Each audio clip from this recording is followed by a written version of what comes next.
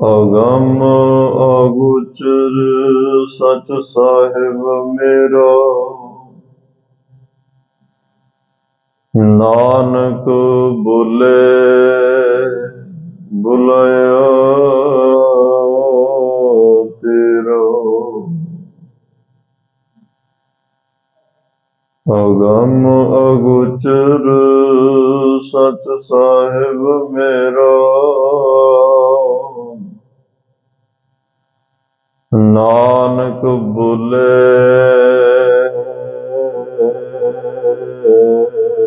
ਬੁਲਾਇਆ ਤੇਰਾ। ਸਤਿਨਾਮ ਸ੍ਰੀ ਵਾਹਿਗੁਰੂ ਸਾਹਿਬ ਜੀਓ। ਹਮਰੇ ਦੁਸ਼ਟ ਸਭੈ ਤੁਮ ਕਾਬਹੋ, ਆਪ ਹਾਥ ਦੇ ਮੋਹਿ ਬਚਾਵਹੋ। ਸੁਖੀ ਬਸੈ ਮੋਰੋ ਪਰਵਾਰਾ,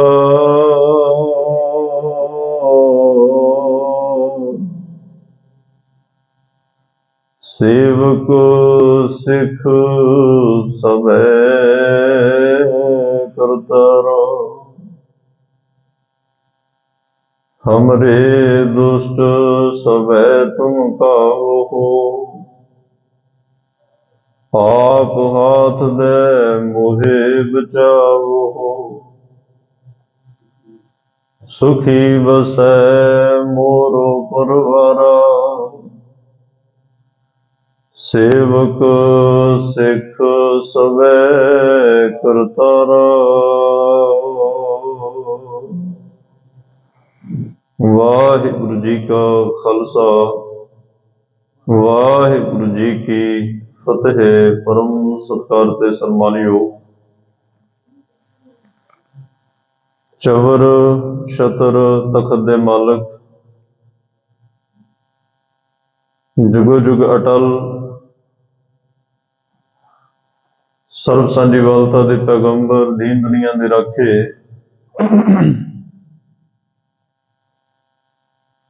ਮਨੁੱਖਤਾ ਦੇ ਸਾਂਝੇ ਰਹਿਬਰ,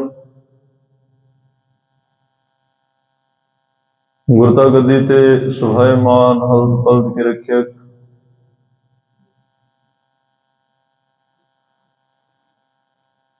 ਨਿਮਾਣਿਆਂ ਦੇ ਮਾਣ, ਨਿਤਾਣਿਆਂ ਦੇ ਤਾਣ, ਨਿਉਟਿਆਂ ਦੀ ਓਟ, ਸਾਹਿਬੇ ਕਮਾਲ ਧੰਨ ਧੰਨ ਧੰਨ ਸਾਹਿਬ ਸ੍ਰੀ ਗੁਰੂ ਗ੍ਰੰਥ ਸਾਹਿਬ ਜੀ ਮਹਾਰਾਜ।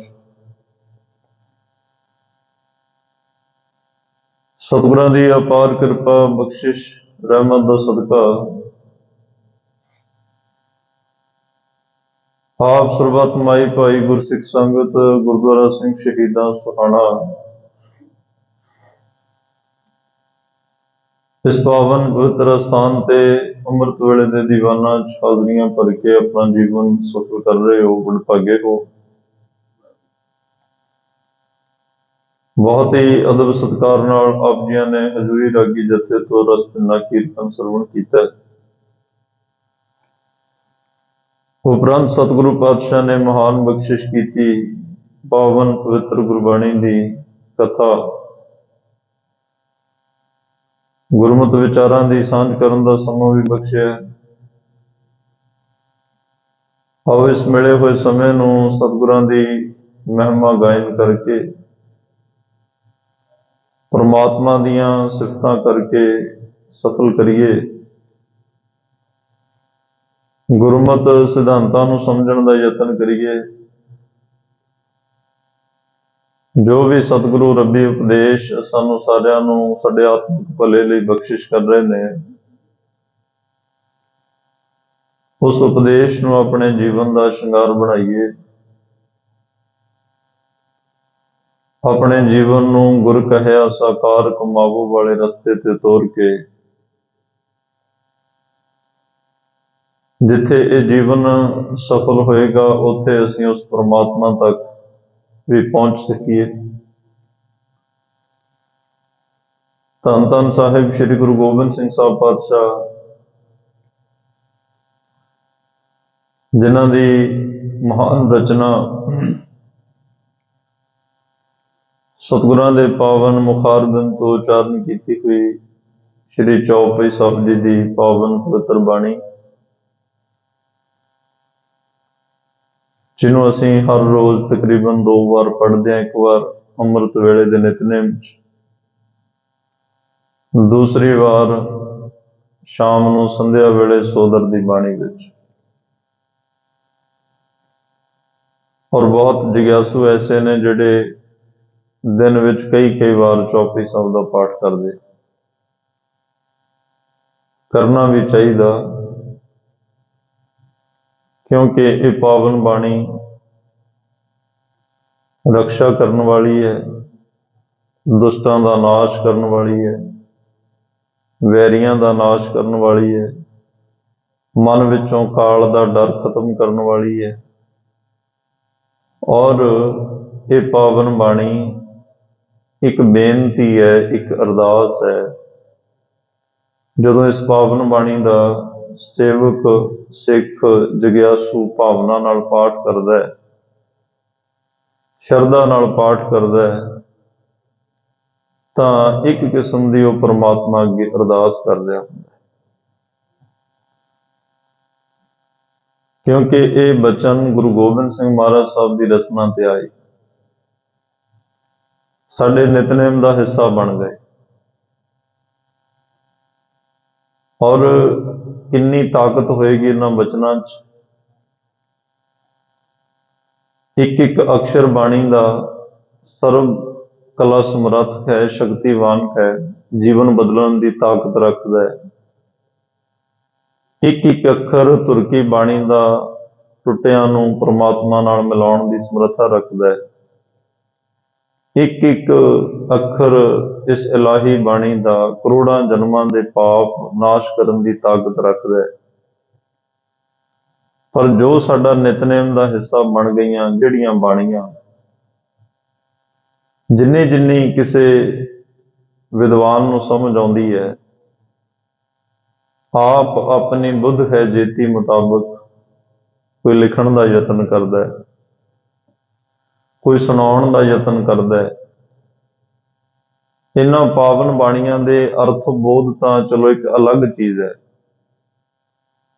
पर यह पावन बाणियां का जो असीं आला दुआला देखते हैं भी इन्हां दी ताकत, इन्हां दी समर्था की है। असीं जपजी साहब की समर्था ताकत आला दुआला वेखो कि उस पावन बाणी दे विच कितनी ताकत है। जाप साहब का आला दुआला वेखो, सवैयां दे विच असीं आला दुआला सारा देखिया ते गल प्रेम ते आई।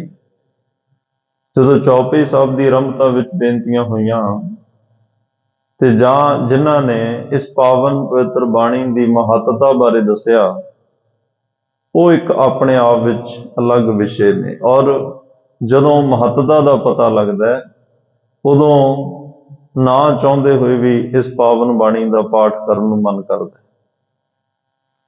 इस पावन बाणी की बरकत की है, चलो अगे बचन आउणगे, सिर्फ मैं आरंभता ताकि एक मन दे विच भावना का होना जरूरी है। जदों भी असीं बाणी की कथा सरवण करिए जां बाणी पढ़न सुनन बैठिए, उदों एक अंदर शरधा, एक खिच, एक भावना, एक तांग होनी जरूरी है। जदों कोई पूछे कि चौपाई साहब की बाणी की बरकत की है, सतगुरां ने अखीर ते क्या सुनै गूंग जो जाहे सो रस ना पावे। इस पावन बाणी की बरकत, चलो जे सीधे अखरी अर्थ करिए तो यही है कि गूंगे बोलन लग पैंदे। ते थोड़ा अंतरीव विच जाके जदों वेखोगे, सुनै गूंग जो जाहे सो रस ना पावे, जिन्हां नूं सभा सोसाइटियां विच बोलना नहीं आउंदा, बहुत जाणियां विच बोलना नहीं आउंदा, किसी विषय ते बोलना नहीं आउंदा, गुरु गोबिंद सिंह साहब पातशाह कहंदे इस पावन बाणी का पाठ करन दे नाल उन्हां नूं बोलना आ जांदा, सभा जित बन जांदे आ। सुनै मूड़ चित लाए चतुरता आवे, ये सुनन दी गल है। ਪੜਨ ਨਾਲ ਤਾਂ ਹੋਰ ਵੀ ਇਸ ਤੋਂ ਅੱਗੇ ਦੀ ਕਿਰਪਾ ਵਰਤਦੀ ਹੈ। ਸੁਣਨ ਵਾਲੇ ਸੁਨੈ ਗੁੰਗ ਜੋ ਜਾਹੇ ਸੁਰਸਨਾ ਪਾਵਈ, ਸੁਨੈ ਮੂੜ ਚਿਤ ਲਾਏ ਚਤਰਤਾ ਆਵਈ। ਹੁਣ ਮੂਰਖ ਵੀ ਦੋ ਤਰ੍ਹਾਂ ਦੇ ਆ। ਸਤਿਗੁਰਾਂ ਨੇ ਤਾਂ ਪੜ੍ਹਿਆ ਮੂਰਖ ਆਖੀਏ ਵੀ ਕਹਿ ਦਿੱਤਾ। ਪੜ੍ਹ ਲਿਖ ਕੇ ਕੋਈ ਜੇਤਾ ਪੜ੍ਹਿਆ ਤੇਤਾ ਕੜਿਆ ਬਣ ਜਾਏ।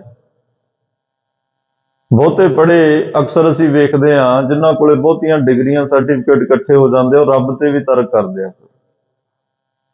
ਗੁਰੂ ਤੇ ਵੀ ਸ਼ੰਕਾ ਕਰਦੇ ਆ। ਉਹ ਕਥਾ ਕਹਿੰਦੇ ਅਸੀਂ ਕਿਉਂ ਸੁਣੀਏ, ਵੀ ਇਹ ਸਾਨੂੰ ਕੀ ਸੁਣਾ ਦੇਣਗੇ, ਅਸੀਂ ਪਹਿਲਾਂ ਹੀ ਇੰਨਾ ਪੜ੍ਹੇ ਹੋਏ। ਮਨ ਦੇ ਵਿੱਚ ਹਰ ਵੇਲੇ ਇੱਕ ਤਰਕ, ਜਿਵੇਂ ਕੀੜੀ ਸੁਰਾਖ ਲੱਭਦੀ ਹੈ ਨਾ, ਉਹਨਾਂ ਦੀ ਬਿਰਤੀ ਇਦਾਂ ਦੀ ਹੋ ਜਾਂਦੀ ਹੈ ਕਿ ਕੋਈ ਕਮੀ, ਕੋਈ ਗਲਤੀ, ਕੁਛ ਲੱਭੇ ਤੇ ਟੋਕੀਏ। ਜਦੋਂ ਬਹੁਤਾ ਪੜ੍ਹਦੇ ਉਹ ਵੀ ਮੂਰਖ। ਮਾਰੇ ਨਿਗਾ ਪੜ੍ਹਿਆ ਮੂਰਖ ਆਖੀਐ, ਜਿਤ ਲੱਭ ਲੋਭ ਅਹੰਕਾਰ, ਉਹ ਵੀ ਮੂਰਖ ਹੈ। ਮੂੜ ਦਾ ਅਰਥ ਮੂਰਖ। ਇੱਕ ਕੁਦਰਤਨ ਜਿਨ੍ਹਾਂ ਦਾ ਬੌਧਿਕ ਤਲ ਠੀਕ ਨਹੀਂ, ਜਿਨ੍ਹਾਂ ਨੂੰ ਸੰਸਾਰ ਪਾਗਲ ਕਹਿ ਦਿੰਦਾ, ਕਮਲੇ ਕਹਿ ਦਿੰਦਾ, ਝੱਲੇ ਕਹਿ ਦਿੰਦਾ, ਤੇ ਐਵੇਂ ਝੱਲ ਮਾਰੀ ਜਾਣਾ, ਮੂਰਖਾਂ ਵਾਲੀਆਂ ਗੱਲਾਂ ਕਰੀ ਜਾਣੀਆਂ। ਪਰ ਇਸ ਪਾਵਨ ਬਾਣੀ ਦੀ ਅਜ਼ਮਤ ਇਹ ਹੈ, ਸੁਨੈ ਮੂੜ ਚਿਤ ਲਾਏ ਚਤਰਤਾ ਵੇ। ਚਤਰਤਾ ਮਤਲਬ ਇਹ ਨਹੀਂ ਕਿ ਚਲਾਕ ਹੋ ਗਿਆ, ਸਿਆਣਪ ਆ ਜਾਂਦੀ ਹੈ, ਸਿਆਣਾ ਬਣ ਜਾਂਦਾ, ਉਹਨੂੰ ਆਪਣੇ ਆਪ ਦਾ ਅਹਿਸਾਸ ਹੋ ਜਾਂਦਾ ਮੈਂ ਕੌਣ ਹਾਂ। ਔਰ ਗੁਰੂ ਦੇ ਬਚਨਾਂ ਬਾਰੇ ਵੀ ਅਹਿਸਾਸ ਹੋ ਜਾਂਦਾ ਵੀ ਇਹ ਬਚਨ ਮੇਰੇ ਜੀਵਨ ਦੇ ਭਲੇ ਲਈ। ਸੁਨੈ ਮੂੜ ਚਿਤ ਲਾਏ ਚਤਰਤਾ ਆਵੇ, ਦੁਖ ਦਰਦ ਭਉ ਨਿਕਟ ਨਾ ਤਿੰਨ ਨਰ ਕੇ ਰਹੈ। ਦੁਖ ਦਰਦ ਭਉ ਨਿਕਟ ਨਾ ਤਿੰਨ ਨਰ ਕੇ ਰਹਿ। ਨਰ ਮਨੁੱਖ ਨੂੰ ਕਹਿੰਦੇ ਆ, ਉਸ ਮਨੁੱਖ ਦੇ ਨੇੜੇ ਨਾ ਕੋਈ ਦੁੱਖ, ਨਾ ਕੋਈ ਦਰਦ। ਦੁੱਖ ਦਰਦ ਭਉ, ਕੋਈ ਡਰ ਹੀ ਨਹੀਂ ਰਹਿੰਦਾ, ਨਾ ਕਾਲ ਦਾ ਡਰ, ਨਾ ਜਮਾਂ ਦਾ ਡਰ, ਨਾ ਵਿਕਾਰਾਂ ਦਾ ਡਰ। ਖੋਜੋ ਜਾਕੀ ਏਕ ਵਾਰ ਚੌਪੇ ਕੋ ਕਹੇ। ਆ ਬਰਕਤ ਹੈ ਇਸ ਬਾਣੀ ਦੀ, ਇਹ ਅਜ਼ਮਤ ਹੈ ਇਸ ਪਾਵਨ ਪਵਿੱਤਰ ਬਾਣੀ ਦੀ। ਕੋਈ ਡਰ ਨਹੀਂ ਰਹਿੰਦਾ ਉਹਦੇ। ਜਿਹਨੇ ਇਸ ਪਾਵਨ ਬਾਣੀ ਦਾ ਪਾਠ ਸ਼ਰਧਾ ਨਾਲ ਕੀਤਾ। ਹਾਂ, ਪਿੱਛੇ ਸ਼ਰਧਾ ਹੋਣੀ ਜ਼ਰੂਰੀ ਹੈ, ਪ੍ਰੇਮ ਹੋਣਾ ਜ਼ਰੂਰੀ ਹੈ, ਭਾਵਨਾ ਹੋਣੀ ਜ਼ਰੂਰੀ ਹੈ। ਬਿਨਾਂ ਸ਼ਰਧਾ ਭਾਵਨਾ ਤੋਂ, ਜਿਵੇਂ ਸਵਈਆਂ ਚ ਆਇਆ ਸੀ ਨਾ, ਸ਼੍ਰੀ ਭਗਵਾਨ ਕੀ ਭਾਏ ਕਿਰਪਾ ਹੋਂ ਤੇ। ਭਾਏ ਦਾ ਮਤਲਬ ਸ਼ਰਧਾ ਸੀ, ਪ੍ਰੇਮ। ਏਕ ਰਤੀ ਬਿਨ ਏਕ ਰਤੀ ਕੇ, ਬਿਨਾਂ ਸ਼ਰਧਾ ਭਾਵਨਾ ਤੋਂ ਬਾਣੀ ਪੜ੍ਹੀਏ, ਪਾਠ ਕਰੀਏ, ਸਿਮਰਨ ਕਰੀਏ, ਕਈ ਵਾਰ ਉਹ ਬੇਰਸਾ ਹੋ ਜਾਂਦਾ। ਫਿਰ ਇੱਕ ਦਿਨ ਇਨਸਾਨ ਅੱਕ ਜਾਂਦਾ, ਥੱਕਦਾ ਨਹੀਂ, ਅੱਕ ਜਾਂਦਾ। ਜਦੋਂ ਉਹ ਅੱਕ ਜਾਂਦਾ ਫਿਰ ਉਹ ਰਾਹ ਵੀ ਛੱਡ ਦਿੰਦਾ, ਰਸਤੇ ਤੋਂ ਭਟਕ ਜਾਂਦਾ। ਉਹਦੇ ਪਿੱਛੇ ਕਾਰਨ ਇਹ ਹੈ ਕਿ ਸ਼ਰਧਾ, ਵਿਸ਼ਵਾਸ, ਭਰੋਸਾ ਨਹੀਂ ਬਣਾਇਆ। ਖੈਰ ਆਓ, ਧੰਨ ਸ਼੍ਰੀ ਗੁਰੂ ਗੋਬਿੰਦ ਸਿੰਘ ਸਾਹਿਬ ਪਾਤਸ਼ਾਹ ਪਰਮਾਤਮਾ ਅੱਗੇ ਅਰਦਾਸ ਕਰ ਰਹੇ ਆ, ਵਾਹਿਗੁਰੂ ਕਿਰਪਾ ਕਰੋ, ਹਮਰੀ ਕਰੋ ਹਾਥ ਦੇ ਰੱਛਾ। ਮੇਰੀ ਤੁਸੀਂ ਰੱਖਿਆ ਕਰੋ। ਰਾਖਾ ਏਕ ਹਮਾਰਾ ਸੁਆਮੀ, ਸਗਲ ਘਟਾਂ ਕਾ ਅੰਤਰਜਾਮੀ। ਪਰਮਾਤਮਾ ਸਾਰਿਆਂ ਦਾ ਹੀ ਰਖਵਾਲਾ ਹੈ, ਸਾਰਿਆਂ ਦਾ ਆਸਰਾ ਵਾਹਿਗੁਰੂ ਹੈ, ਸਾਰਿਆਂ ਦੀ ਰੱਖਿਆ ਉਹ ਕਰਦਾ ਹੈ। ਇਸੇ ਲਈ ਗੁਰੂ ਗੋਬਿੰਦ ਸਿੰਘ ਸਾਹਿਬ ਪਾਤਸ਼ਾਹ ਕਹਿ ਰਹੇ ਆ, ਭਾਈ ਮੈਂ ਵੀ ਉਸ ਪਰਮਾਤਮਾ ਨੂੰ ਕਹਿ ਰਿਹਾ ਮੇਰੀ ਰੱਖਿਆ ਕਰੋ। ਕੱਲ ਤੁਹਾਨੂੰ ਵੀ ਕਿਤੇ ਜੀਵਨ ਦੇ ਵਿੱਚ ਲੋੜ ਪਵੇ ਤਾਂ ਉਸ ਵਾਹਿਗੁਰੂ ਤੋਂ ਹੀ ਰੱਖਿਆ ਮੰਗਣੀ ਹੈ। ਉਸ ਪਰਮੇਸ਼ਰ ਨੂੰ ਹੀ ਕਹਿਣਾ ਕਿ ਮੇਰੀ ਹਿਫਾਜ਼ਤ ਕਰੋ, ਮੇਰੀ ਰੱਖਿਆ ਕਰੋ, ਕਿਉਂਕਿ ਉਹ ਸਰਬ ਕਲਾ ਸਮਰੱਥ ਔਰ ਸਰਬ ਜਗ੍ਹਾ ਵਿਆਪਕ ਹੈ। ਆਪਣੇ ਸੇਵਕ ਕੋ ਨਿਕਟੀ ਹੋਏ ਦਿਖਾਵੇ, ਨੇੜੇ ਹੋ ਕੇ ਉਹ ਵਰਤਦਾ ਹੈ। ਉਹਦੇ ਤੋਂ ਆਪਣੀ ਰੱਖਿਆ ਲਈ ਉਹਦੇ ਅੱਗੇ ਅਰਦਾਸ ਕਰਨੀ ਹੈ। ਜੀ ਕੀ ਬਿਰਥਾ ਹੋਏ ਸੋ ਗੁਰ ਪਹਿ ਅਰਦਾਸ ਕਰ। ਅਰਦਾਸ ਜਾਂ ਇਹ ਚੌਪਈ ਸਾਹਿਬ ਦੀ ਬਾਣੀ, ਇਹ ਵੀ ਬੇਨਤੀ ਵਿੱਚ ਹੀ ਹੈ, ਅਰਦਾਸ ਵਿੱਚ ਹੀ ਹੈ। ਜਦੋਂ ਅਸੀਂ ਅਰਦਾਸ ਕਰਦੇ ਹਾਂ, ਸਾਡੀ ਸਿੱਧੀ ਪਰਮਾਤਮਾ ਨਾਲ ਗੱਲ ਹੋ ਰਹੀ, ਸਿੱਧੀ ਗੁਰੂ ਸਾਹਿਬ ਨਾਲ ਗੱਲ ਹੋ ਰਹੀ ਹੁੰਦੀ ਹੈ। ਜਿਵੇਂ ਕਿਸੇ ਅਫਸਰ ਨੂੰ ਤੁਸੀਂ ਕਹਿੰਦੇ ਹੋ ਜੀ ਮੇਰੀ ਬੇਨਤੀ ਸੁਣੋ, ਉਹ ਸਾਹਮਣੇ ਤੁਹਾਨੂੰ ਸੁਣਦਾ ਹੈ। ਜੱਜ ਨੂੰ ਤੁਸੀਂ ਕਹਿੰਦੇ ਹੋ ਮੇਰੀ ਬੇਨਤੀ ਸੁਣੋ, ਉਹ ਸਾਹਮਣੇ ਤੁਹਾਡੇ ਵੱਲ ਧਿਆਨ ਦੇ ਕੇ ਸੁਣਦਾ ਹੈ। ਜਦੋਂ ਗੁਰੂ ਨੂੰ ਕਹੋਗੇ ਮੇਰੀ ਬੇਨਤੀ ਸੁਣੋ, ਫਿਰ ਉਹ ਵੀ ਧਿਆਨ ਨਾਲ ਸੁਣਦਾ ਕੀ ਕਹਿ ਰਿਹਾ ਹੈ। ਚਲੋ ਸਾਡੀ ਤਸੱਲੀ ਹੁੰਦੀ ਹੈ ਵੀ ਅਸੀਂ ਬੋਲ ਕੇ ਕਹਿਣਾ, ਪਰ ਉਹ ਬਿਨ ਬੋਲਿਆਂ ਸਭ ਕੁਝ ਜਾਣਦਾ। ਅੰਤਰਜਾਮੀ ਪੁਰਖ ਵਿਧਾਤੇ ਹੈ ਉਹ ਨਾ ਵੀ ਕੁਝ ਬੋਲੀਏ, ਬੋਲਣਾ ਆਉਂਦਾ ਵੀ ਨਾ ਹੋਵੇ ਤਾਂ ਵੀ ਉਹ ਸਮਝ ਲੈਂਦਾ। इथे भावना अगे चल के मैं बेनती करांगा। महाराज कह रहा मेरी रखिया करो, मेरे मन की इच्छा पूरी करो। मन की इच्छा बड़े कमाल दी है। तब चरणन मन रहे हमारा, आ मेरे मन की इच्छा है। तन भी रवे मन भी रवे, मन का रहना जरूरी है। मन दौड़ता है, मन भजदा है।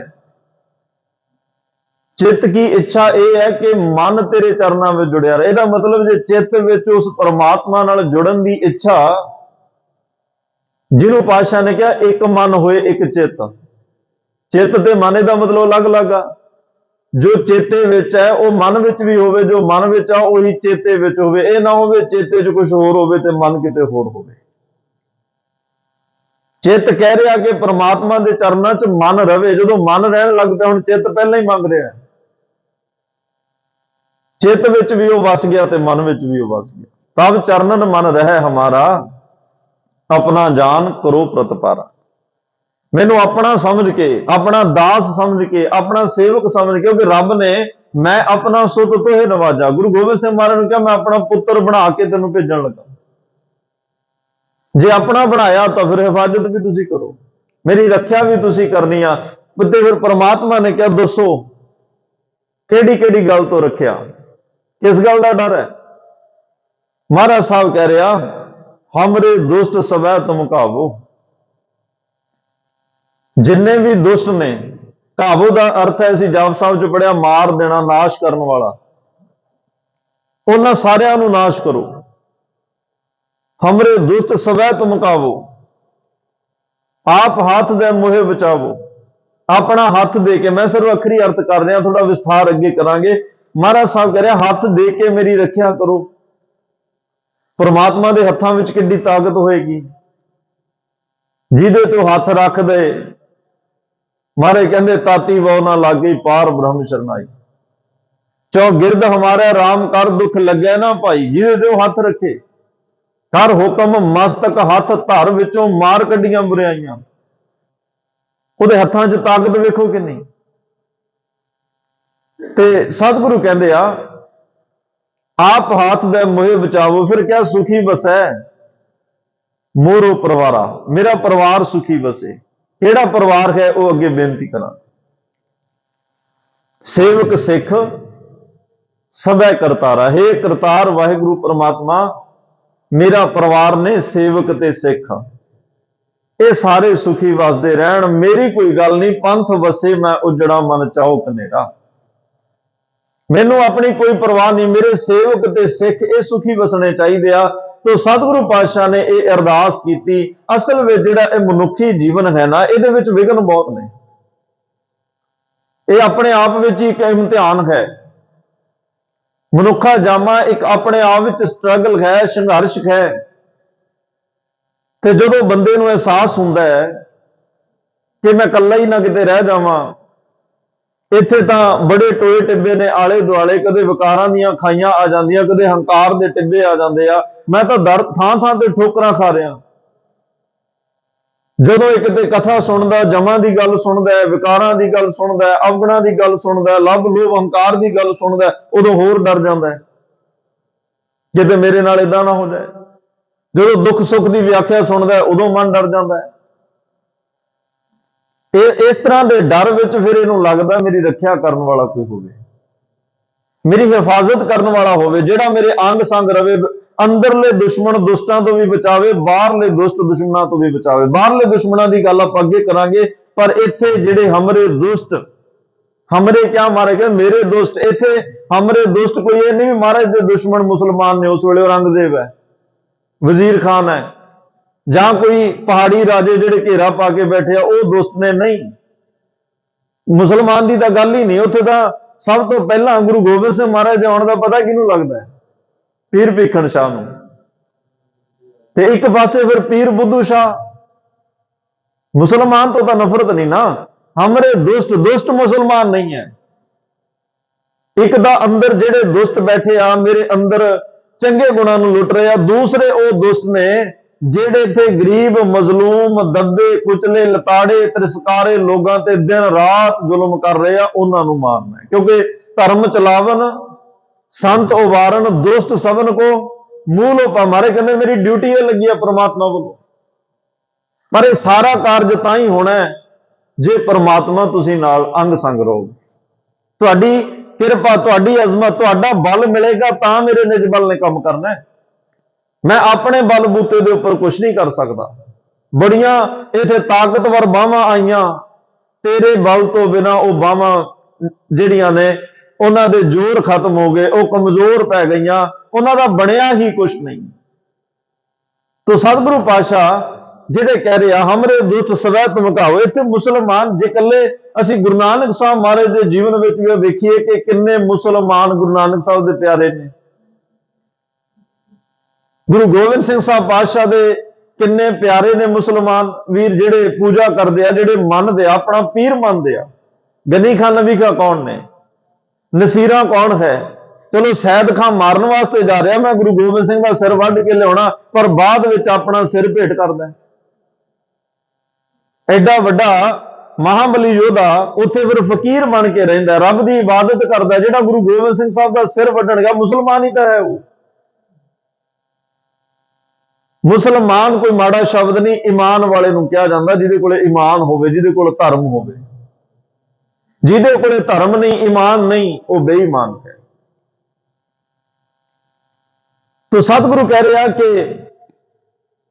ਜਦੋਂ ਆਲੇ ਦੁਆਲੇ ਇਹ ਵਿਘਨ, ਆਲੇ ਦੁਆਲੇ ਇਹ ਰੁਕਾਵਟਾਂ, ਇਹ ਮੁਸ਼ਕਲਾਂ, ਇਹ ਦੁਸ਼ਟ ਅੰਦਰੋਂ ਬਾਹਰੋਂ ਸਭ ਕੁਝ ਨਜ਼ਰ ਆਇਆ, ਅੰਦਰ ਵੀ ਇੱਕ ਸੰਘਰਸ਼ ਚੱਲ ਰਿਹਾ, ਅੰਦਰ ਬਾਣੀ ਦਾ ਖੰਡਾ ਖੜਕ ਰਿਹਾ ਤੇ ਬਾਹਰ ਹੱਥ ਵਿੱਚ ਤੇਗ ਫੜਨੀ ਪਈ, ਬਾਹਰ ਵੀ ਖੰਡੇ ਖੜਕ ਰਹੇ ਆ। ਇਹੋ ਜਿਹੇ ਦੌਰ ਵਿੱਚ ਉਹ ਕਹਿ ਰਿਹਾ ਮੇਰੀ ਰੱਖਿਆ ਕਰੋ। ਹਮਰੇ ਦੁਸ਼ਟ, ਜਿੰਨੇ ਵੀ ਦੁਸ਼ਟ ਨੇ, ਦੁਖੀ ਨੇ, ਜਿਹੜੇ ਤੇਰੇ ਮੇਰੇ ਤੇ ਤੇਰੇ ਮਿਲਾਪ ਵਿੱਚ ਕੋਈ ਰੁਕਾਵਟ ਖੜੀ ਕਰ ਰਹੇ ਆ, ਸਾਰਿਆਂ ਨੂੰ ਖਤਮ ਕਰੋ। ਜਿਹੜੇ ਤੈਨੂੰ ਮਿਲਣ ਦੇ ਵਿੱਚ ਮੈਨੂੰ ਮੁਸ਼ਕਲ ਖੜੀ ਕਰ ਰਹੇ ਆ, ਹਮਰੇ ਦੁਸ਼ਟ ਸਭੈ ਜਿੰਨੇ ਵੀ ਨੇ ਸਾਰੇ ਖਤਮ ਕਰੋ। ਕੋਈ ਰੰਚਕ ਮਾਤਰ ਵੀ ਇਦਾਂ ਦੀ ਰੁਕਾਵਟ ਰਹਿ ਨਾ ਜਾਵੇ। ਜਿਹੜੀ ਵੀ ਚੀਜ਼ ਕਿਸੇ ਦੇ ਮਿਲਾਪ ਵਿੱਚ ਰੁਕਾਵਟ ਪਾਏਗੀ, ਬੰਦਾ ਉਹਨੂੰ ਦੁਸ਼ਮਣ ਸਮਝਦਾ। ਕੋਈ ਵੀ ਚੀਜ਼ ਹੋਵੇ, ਕਿਸੇ ਚੀਜ਼ ਦੀ ਪ੍ਰਾਪਤੀ ਵਾਸਤੇ ਕੋਈ ਚੀਜ਼ ਕੋਈ ਰੁਕਾਵਟ ਬਣਦੀ ਹੈ, ਮੁਸ਼ਕਲ ਖੜੀ ਕਰਦੀ ਹੈ, ਦੇਰੀ ਕਰਦੀ ਹੈ, ਤੇ ਸਾਨੂੰ ਲੱਗਦੀ ਹੈ ਵੀ ਇਹ ਮੇਰੇ ਕੋਲ ਨਵੇਂ ਦੁਸ਼ਮਣ ਜੰਮ ਪਿਆ। ਤੇ ਅੰਦਰ ਤਾਂ ਇੱਕ ਬੜੀ ਵੱਡੀ ਫੌਜ ਹੈ ਜਿਹੜੀ ਪਰਮਾਤਮਾ ਦੇ ਮਿਲਾਪ ਵਿੱਚ ਸਤਿਗੁਰੂ ਕਹਿੰਦੇ ਆ ਬੜੀਆਂ ਰੁਕਾਵਟਾਂ ਖੜੀਆਂ ਕਰ ਦਿੰਦੀ ਹੈ। ਇੱਥੇ ਅਸੀਂ ਸਰੀਰ ਦੀ ਰੱਖਿਆ, ਤਨ ਦੀ ਰੱਖਿਆ, ਇਹ ਵੀ ਜ਼ਰੂਰੀ ਹੈ। ਇੱਕ ਤਨ ਦੀ ਰੱਖਿਆ, ਫਿਰ ਮਨ ਦੀ ਰੱਖਿਆ, ਕਿਉਂਕਿ ਤਨ ਮਨ ਧਨ ਸਭ ਸੌਂਪ ਗੁਰ ਕੋ, ਤਿੰਨ ਚੀਜ਼ਾਂ ਸੌਂਪਣੀਆਂ ਨੇ। ਇਹਦਾ ਮਤਲਬ ਤਨ ਦੀ ਰੱਖਿਆ ਵੀ ਜ਼ਰੂਰੀ ਹੈ, ਮਨ ਦੀ ਰੱਖਿਆ ਵੀ ਜ਼ਰੂਰੀ ਹੈ। ਮਨ ਠੀਕ ਹੋਏਗਾ ਤਾਂ ਹੀ ਇਹ ਬਾਣੀ ਪੜ੍ਹੇਗਾ, ਸਿਮਰਨ ਕਰੇਗਾ। ਜੇ ਮਨ ਵਿਕਾਰਾਂ ਵਿੱਚ ਹੀ ਉਲਝਿਆ ਰਿਹਾ, ਇਸ ਲਈ ਵਾਰ-ਵਾਰ ਅਰਦਾਸ ਕਰਨੀ ਆ, ਸਤਿਗੁਰੂ ਜੇ ਮੇਰੇ ਤਨ ਦੀ ਰੱਖਿਆ ਕਰ ਰਹੇ ਹੋ, ਮੇਰੇ ਮਨ ਦੀ ਰੱਖਿਆ ਵੀ ਕਰੋ। ਇਹ ਵਾਰ-ਵਾਰ ਵਿਕਾਰਾਂ ਦੀਆਂ ਖਾਈਆਂ 'ਚ ਡਿੱਗਦਾ ਹੈ। ਕਬਹੂ ਜਿਹੜਾ ਉਬ ਚੜ੍ਹਤ ਹੈ, ਕਬਹੂ ਜਾਏ ਪਿਆਲੇ। ਪਲ ਵਿੱਚ ਇਹ ਪੁੰਨੀ ਬਣ ਜਾਂਦਾ ਹੈ, ਪਲ ਵਿੱਚ ਇਹ ਪਾਪੀ ਬਣ ਜਾਂਦਾ ਹੈ, ਪਲ ਵਿੱਚ ਇਹ ਸੰਤ ਬਣ ਜਾਂਦਾ ਹੈ, ਪਲ ਵਿੱਚ ਇਹ ਚੋਰ ਬਣ ਜਾਂਦਾ। ਮੇਰੇ ਮਨ ਦੀ ਰੱਖਿਆ ਵੀ ਤੁਸੀਂ ਕਰਨੀ, ਕਿਉਂਕਿ ਮੈਂ ਮਨ ਤੁਹਾਨੂੰ ਭੇਟਾ ਵਿੱਚ ਦੇਣਾ ਹੈ। ਜਿਹੜੀ ਚੀਜ਼ ਭੇਟਾ ਦੇਣੀ ਹੋਵੇ ਉਹ ਠੀਕ ਠਾਕ ਚਾਹੀਦੀ ਆ, ਉਹ ਸਾਬਤ ਚਾਹੀਦੀ ਆ, ਉਹ ਸ਼ੁੱਧ ਚਾਹੀਦੀ ਹੈ, ਕਿਉਂਕਿ ਗੁਰੂ ਨੂੰ ਭੇਟ ਕਰਨੀ ਹੈ। ਜਾਂ ਫਿਰ ਗੁਰੂ ਨੂੰ ਵੇਚ ਹੀ ਦਿੱਤਾ ਜਾਵੇ ਕਿ ਇਹਨੂੰ ਠੀਕ ਵੀ ਤੁਸੀਂ ਆਪੇ ਹੀ ਕਰ ਦਿਓ। ਇਹਦੇ ਵਿੱਚ ਜਿਹੜੇ ਲੇਪ ਸ਼ੇਪ ਨੇ, ਕੋਈ ਦਾਗ ਨੇ, ਮੈਲ ਹੈ, ਉਹ ਆਪ ਹੀ ਤੁਸੀਂ ਕੱਟ ਦਿਓ। ਕਹਿਣ ਦਾ ਮਤਲਬ ਮਨ ਦੀ ਰੱਖਿਆ ਇਹ ਵੀ ਤੁਸੀਂ ਕਰਨੀ ਹੈ। ਫਿਰ ਤੀਸਰੀ ਹੈ ਧਨ ਦੀ ਰੱਖਿਆ। ਧਨ ਦੀ ਰੱਖਿਆ ਵੀ ਤੁਸੀਂ ਕਰੋ ਪਾਤਸ਼ਾਹ, ਕਿਉਂਕਿ ਮੈਂ ਇਹ ਨਾ ਹੋਵੇ ਕਿ ਮੈਨੂੰ ਪਰਿਵਾਰ ਦੀ ਚਿੰਤਾ ਲੱਗੀ ਰਵੇ, ਮੈਂ ਕਮਾਈ ਕਰਾਂ ਤੇ ਬਣੇ ਕੁਛ ਨਾ, ਮੈਂ ਪਰਿਵਾਰ ਦੀਆਂ ਕਿਤੇ ਲੋੜਾਂ ਹੀ ਨਾ ਪੂਰੀਆਂ ਕਰ ਸਕਾਂ, ਕਿਤੇ ਮੈਨੂੰ ਆਪਣੀ ਰੋਜੀ ਰੋਟੀ ਦਾ ਫਿਕਰ ਲੱਗਿਆ ਰਵੇ। ਜੇ ਮੇਰਾ ਧਿਆਨ ਰੋਜੀ ਰੋਟੀ ਵਿੱਚ ਹੀ ਸਾਰਾ ਦਿਨ ਲੰਘ ਗਿਆ ਤੇ ਮੈਂ ਨਾਮ ਕਿਹੜੇ ਵੇਲੇ ਜਪਣਾ, ਬਾਣੀ ਕਿਹੜੇ ਵੇਲੇ ਪੜ੍ਹਨੀ ਆ, ਤੇਰੇ ਕੋਲੇ ਤੇਰਾ ਸ਼ੁਕਰਾਨਾ ਕਿਸ ਵੇਲੇ ਕਰਨਾ। ਇਹ ਤਾਂ ਭਗਤ ਜਨਾਂ ਨੇ ਵੀ ਮੰਗਿਆ, ਕਬੀਰ ਸਾਹਿਬ ਨੇ ਵੀ ਕਿਹਾ, ਦੋਏ ਸਿਰ ਮੰਗੋ ਚੂਨਾ ਪਾਓ ਕਿਉ ਸੰਗ ਲੂਨਾ, ਅਧ ਸਿਰ ਮੰਗੋ ਦਾਲੇ ਮੁਕੋ ਦੋਨੋਂ ਵਕਤ ਜਿਵਾਲੇ, ਖਾਟ ਮੰਗੋ ਚੌਪਾਈ ਸਰਹਾਨਾ ਅਵਰ ਤਲਾਈ, ਉੱਪਰ ਕੋ ਮੰਗੋ ਖੀਂਦਾ, ਮੈਨੂੰ ਰਜਾਈ ਵੀ ਦਿਓ, ਫਿਰ ਕੀ ਹੋਏਗਾ, ਤੇਰੀ ਭਗਤ ਕਰੈ ਜਨ ਥੀਂਦਾ। ਥੀਂਦਾ ਮਤਲਬ ਥੰਧਿਆਈ ਵਾਲਾ। ਏਦਾਂ ਜਿਵੇਂ ਇੱਕ ਘਿਓ ਕਿਸੇ ਭਾਂਡੇ ਵਿੱਚ ਥੰਧਿਆਈ ਛੱਡ ਜਾਂਦਾ, ਲੰਬਾ ਸਮਾਂ ਉਹ ਥੰਧਿਆਈ ਨਿਕਲਦੀ ਨਹੀਂ, ਮੈਂ ਐਵੇਂ ਨਾਮ ਇੰਨਾ ਗਹਿਰਾਈ ਵਿੱਚ ਜਪਾਂਗਾ जन्मां जन्मां तक वो नाम की धंधियाई मन चो निकलेगी नहीं। गोपाल तेरा आरता, जो जब तुमरी भगत करते तिनके कास वारता, दाल सीधा मांगो घियो, हमरा खुशी करे नित जियो, पनिया छादन नीका, अनाज मंगो सत सिक्का, गो भैंस मंगो लावेरी, एक ताजन तुरी चंगेरी, घर की गीहन चंगी, जन धन्ना लेवै मंगी। उन्होंने मंगिया ये लोड़ां साडियां रब्बा पहला पूरियां कर, ताकि असीं बिल्कुल सौखे होकर तेरा नाम जप सकीए। जे असीं इस मसलियां च उलझे रहे, फिर तेरा नाम किहड़े वेले जपना। और धन विच बरकत, बरकत पाउण लई सानूं दसवंध कढण लई कहा। दसवंध कढो, गरीब दा मूंह गुरु दी गोलक। जिथे भी कोई लोड़वंद नजर आउंदा है, जात पात तो उपर उठ के, धर्म तो उपर उठ के, देश प्रांत सूबियां दे इन्हां हद्दां सरहदां तो उपर उठ के अपनी माया सफली करो। ये तो सिख कौम के अंदर खालसा पंथ विच बड़ा परमात्मा ने बड़ा गुण दिता है, और यदि झलक भी गाहे बगाहे दुनिया वेखदी है जदों ये वंड के छकदा है। फिर माया सफली हुंदी है। बड़े दुख दलिद्र माड़े कर्म कट्टे जाते आ, किसी की असीस मिलती है, तो जे किसी ने यह असीस दे दी, भाई ज्यों होवे साहिब स्यों मेल, फिर ये जिड्डी तो असीस ही कोई नहीं ना। खुश होकर किसी ने कह दिता तेनों रब मिले, पता नहीं परमात्मा ने की रसना ते बैठ के बोलना ते साडा काम हो जाना। तो महाराज कह रहा जिहड़ी बाणी पढ़नी है, सिमरन करना, सेवा करनी, सत्संग करनी, इहदे लई शरीर चाहिए, इसलिए शरीर की हिफाजत भी जरूरी है। किरत करनी है, अध्यात्म भी चाहिए, जिहड़ा पदार्थ वह भी चाहिए। अध्यात्म ते पदार्थ ये दोवें रस्तियां उत्ते वाहिगुरू सानू तेरी हैल्प की लोड़ है, तेरी मदद की लोड़ है। असीं तां हर पल हर वेले हर काम सानू तो दसिया ये गया, जदों भी सिख ने कोई काम शुरू करना अरदास करे, अरदास करे। ते अज चलो यही गल असीं अपने हिरदे च वसा लईए कि जदों भी असीं किते जाना आउणा अरदास करिए। अरदास की है? हमरी करो हाथ दे रक्षा, पूर्ण होए चित की इच्छा, तब चरणन मन रहे हमारा अपना जान। चलो मैं एक बेनती होर सौखी कर दियां, किते यह भी ना मन च रहे कि मैनू बाणी दे अर्थ नहीं पता, पता नहीं इसका फल मिलना या नहीं मिलना। बाणी का अपना धर्म है, ये तो इन्नी दयालता विचों आई हुई बाणी है, इन्नी किरपा के घर विचों आई हुई बाणी है। पशु प्रेत मुग्ध को उतारे, पाहन पार उतारे। यह पशुओं नू, प्रेतां नू, मुग्ध मूर्खां नू उन्हां दा भला करन वाली बाणी है। जे सानू अर्थ नहीं भी पता होणगे, ये नहीं सोचना भी फल मिलना या नहीं मिलना, या साडी सुनी गई या नहीं सुनी गई। बाणी का अपना धर्म है, जिहड़ा कोई भावना दे नाल बाणी पढ़दा, जपदा, गाउंदा है, ते सतगुरु उहदे भी काज सवार दिंदे। क्योंकि गोबिंद भाव भगत का भुखा, विद्वता का भुखा नहीं हो। बहुते किसी ने ग्रंथ पढ़िया इस गल का भुखा नहीं, उन्होंने तो सतगुरु कह रहा भाई नानक लेखा एक गल होर हौमे चखना चाह। बहुतियां किताबां तो हौमे पैदा कर रही हैं, हंकार पैदा कर रही हैं। इत्थे तो एक गल नाल गल बनती है, समर्पण, निमरता, प्रेम। गुरमत हृदय गरीबी आवे, अंदर हृदय की गरीबी, गरीबी गदा हमारी। यह भी एक इदां दी गदा है, इदां दा सानू महाराज ने हथियार दिता, गरीबी गदा। गरीबी की आ गदा, एक गदा हथियार है। खन्ना सगल रेनशारी, खन्ना खंडा संगत दी चरण धूड़, मतलब इन्नी निमरता विच रहना। ये निमरता का तेनों खंडा फड़ा दिता। तिस आगे को ना टिकै विकारी, ये अगे कोई विकार टिक ही नहीं सकता। हमरे दुष्ट सवै धमकावो। लो जो दुश्मनों को मारना तो हथियार भी अंदरले दे दिते, अंदरले हथियार भी ने। जे दुश्मन अंदर आ तो हथियार भी अंदर आ। निमरता दी तुसी महाराज साहब कहते आ, गरीबी दी गदा चुको, निमरता दी चरण धूड़ बन के निमरता दी ਇਹਦਾ खंडा हाथ में फड़ लो। जे बाहरले खंडियां नाल तुसी मसे रंगड़ वर्गियां दे सिर वढ़ रहे हो, ते जेड़े अंदर विकार बैठे आ इहो जे खंडियां नाल उन्हां दे सिर वढ़ दिओ। हमरे दुष्ट सदा धमकावो। सतगुरु पातशाह कह रहे आ कि भाई आम बड़े लोग ने जेड़े कहंदे आ मैनूं दुख ही ना लगे जी। कई इन्ना डरदे आ भी दुख कोई नहीं, तकलीफ कोई नहीं, पर उस तो पहला ही वो इन्नी बंदिश विधि विधान दे विच चलदे आ, कोई मैनूं दिक्कत ना आ जाए। दुख तो भजना नहीं चाहिए। सतगुरां ने नहीं कहा मैनूं दुख ना लगे, वो तो कहंदे आ केतियां दुख भूख सद मार, ए पे दात तेरी दातार, दुख भुगता रब दी दात है। जे पर हाँ ਜਿਹੜੀ ਗੱਲ ਸਤਿਗੁਰੂ ਸਮਝਾ ਰਿਹਾ ਉਹ ਇਹ ਹੈ ਚਾਹੇ ਦੁੱਖ ਹੋਣ ਚਾਹੇ ਸੁੱਖ ਹੋਵੇ, ਚਾਹੇ ਤੂੰ ਖੁਸ਼ੀਆਂ ਦੇ ਵਿੱਚ ਬੈਠਾ ਹੈ, ਚਾਹੇ ਗਮੀਆਂ 'ਚ ਬੈਠਾ ਹੈ, ਚਾਹੇ ਸਮਾਂ ਖੁਸ਼ਹਾਲੀ ਦਾ ਹੈ, ਚਾਹੇ ਸਮਾਂ ਮੰਦਹਾਲੀ ਦਾ ਹੈ, ਵਹ ਵੇਖਣ ਵਾਲੀ ਗੱਲ ਇਹ ਹੈ ਕਿ ਦੋਨੇ ਹਾਲਾਤਾਂ 'ਚ ਰੱਬ ਦੀ ਯਾਦ ਨਹੀਂ ਵਿਸਰਨੀ ਚਾਹੀਦੀ, परमात्मा नहीं भुलना चाहिए। चाहे दुख होवे चाहे सुख, गुरु गोबिंद सिंह महाराज ने करके विखाया ना। आनंदपुर साहब विच भी रब याद है, माछीवाड़े के जंगल विच भी रब याद है, और कोई उलांभा नहीं, रब दे कोई शिकवा नहीं, कोई गिला नहीं कि रब्बा मेरे नाल की कीता तू। जिन्हों लोग बादशाह दरवेश कहती है, जिन्हों लोग कलगियां वाला कहती है, जिन्हों लोग नीले का शाह सवार कहते हैं, एडे वड्डे तखलसा नाल मेरा नाम लिया जाता होवे ते अज तू पुंजे मैनू बचाउण वास्ते कोई लेब तलाई भी नहीं दिती।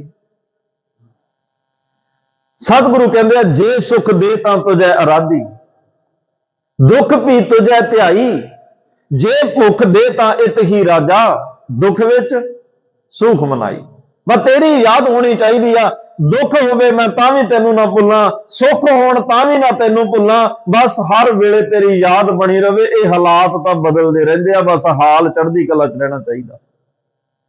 गुरु गोबिंद सिंह महाराज नूं पुछया जी तुहाडा की हाल आ, कहंदे चढ़दी कला है।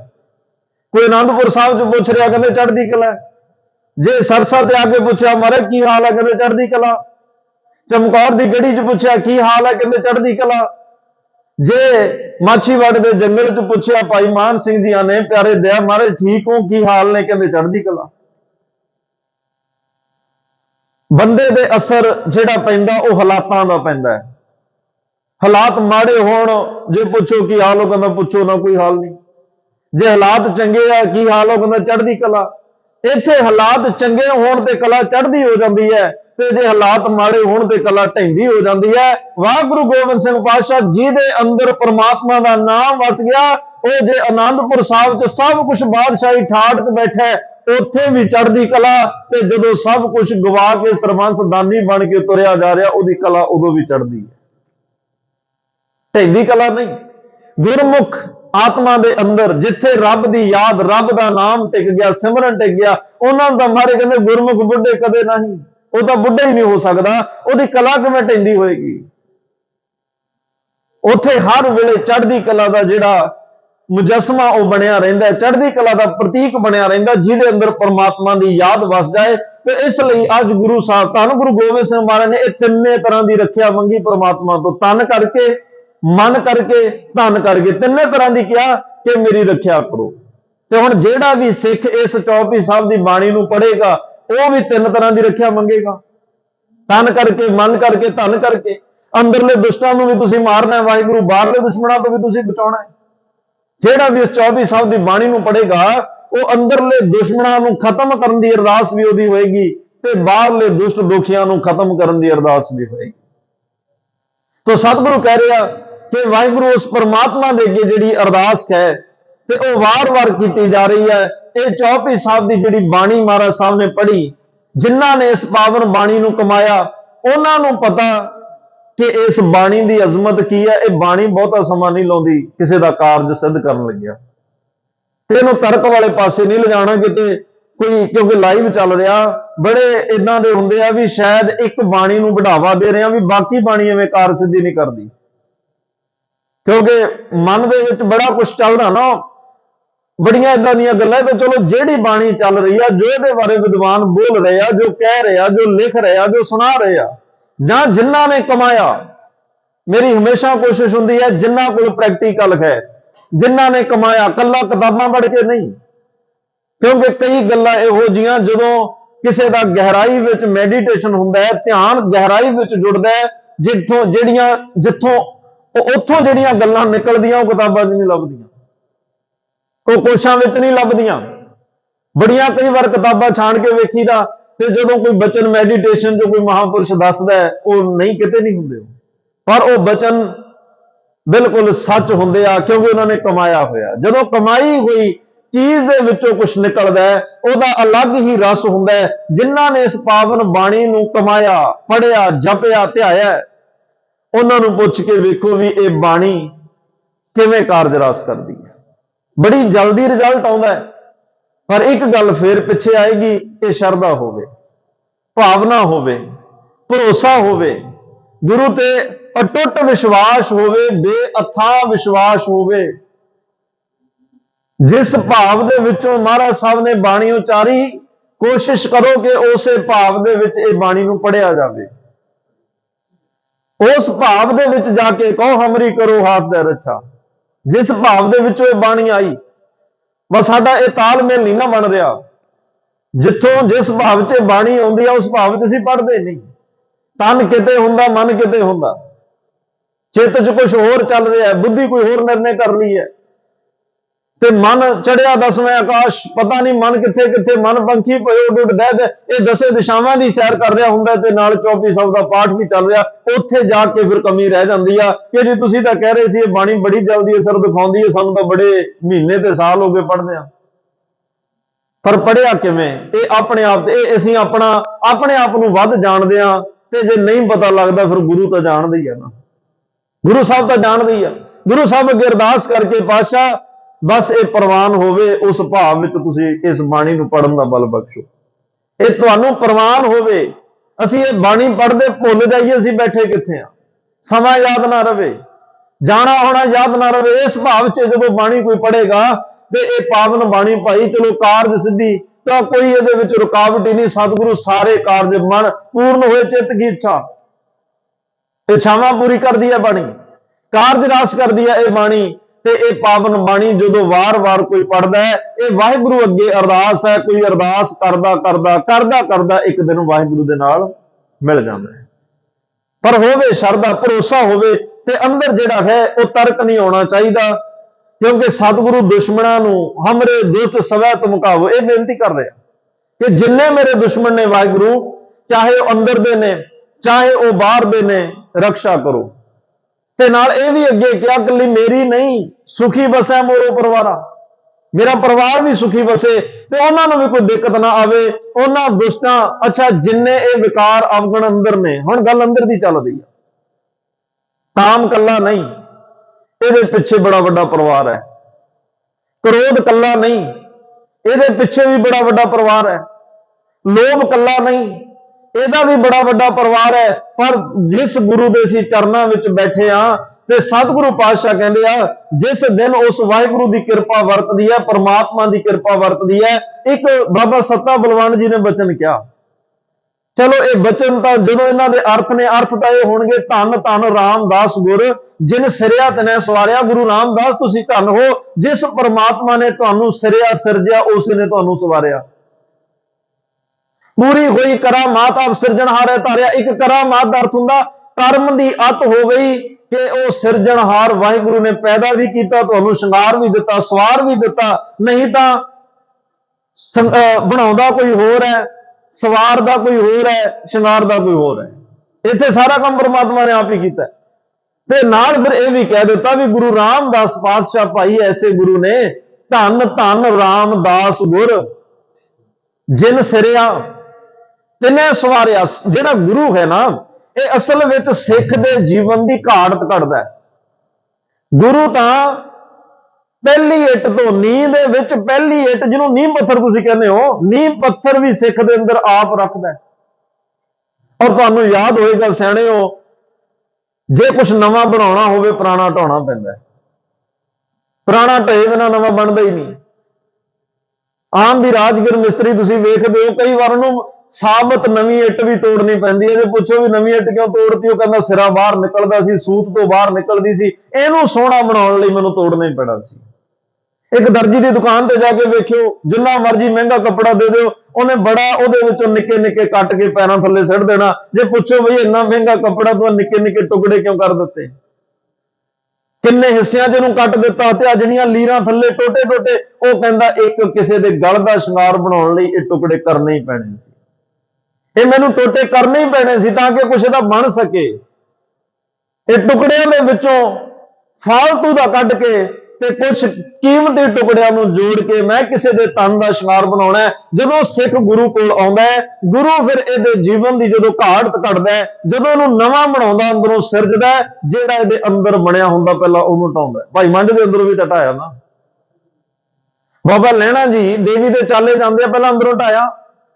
ਬਾਬਾ ਅਮਰਦਾਸ ਜੀ ਦੇ ਅੰਦਰ ਜੋ ਕਰਮਕਾਂਡ ਵਸਿਆ ਉਹਨੂੰ ਢਾਇਆ।